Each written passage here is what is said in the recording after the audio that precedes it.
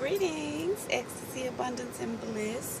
I know it's been a while, but I was checking back in just to say greetings to everyone. And I actually wanted to do a follow-up on a video that I had done earlier this year about phantom men and how dealing with phantom men or cultivating relationships with phantom men is detrimental to finding an actual physical face-to-face relationship.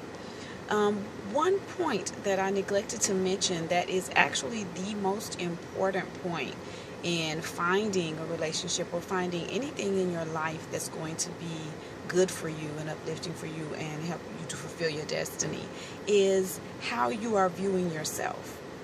Because the reason that you're in relationships with someone who you can't actually have access to, or who isn't actually accessible to you, is because of how you feel about yourself. What decisions have you made about yourself? What thoughts do you have about yourself that are saying that you are not good enough to have a face-to-face, fulfilling, happy, sweet, wonderful relationship that would assist you in fulfilling your destiny? Okay, there is a young man who is blowing my car. He's supposed to be blowing leaves, but instead he's blowing my vehicle. That's interesting.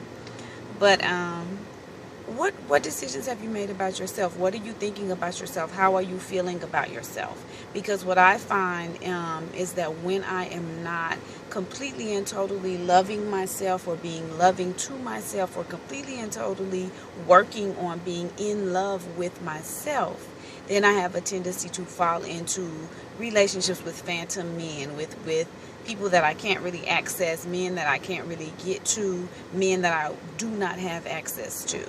And those relationships take up as much energy as an actual face-to-face, physical, real relationship with someone that you have access to and that has access to you and who can assist you and help you and uplift you and push you toward the fulfillment of your destiny, which is the whole purpose of any relationship.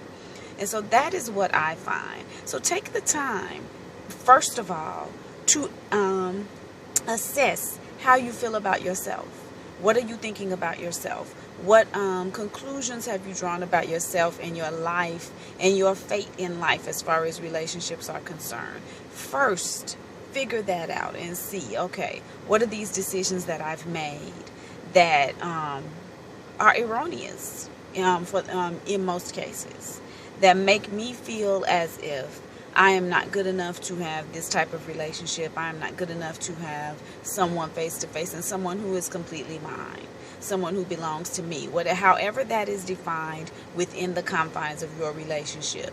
One person in the relationship does not get to define the relationship. When two people sit down and define the parameters of the relationship, the boundaries of the relationship, and they agree upon that. And whatever those two people have agreed upon and whatever is mutually satisfactory for both people, then I respect whatever that looks like, whether that means that you have many partners, whether that means that you all are monogamous. I respect that. Now, if one person has decided those types of things, then that is domination and submission. That's control and that's abuse, and I do not condone that on any level, from any perspective. So, what has made you decide that you don't deserve the type of relationship that you actually want? What has made you decide that? And be honest with yourself if that is what you have decided. And then figure out what has made you decide that. And begin to say something different to yourself. Begin to speak sweetly to yourself and speak kindly and be uplifting to yourself.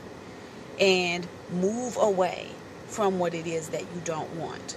And move toward and reach for those things that you actually want. All right. Okay. There was a pause. I'm not sure why.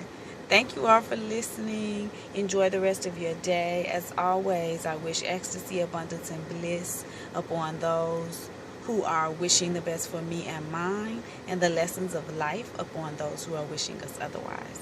Peace.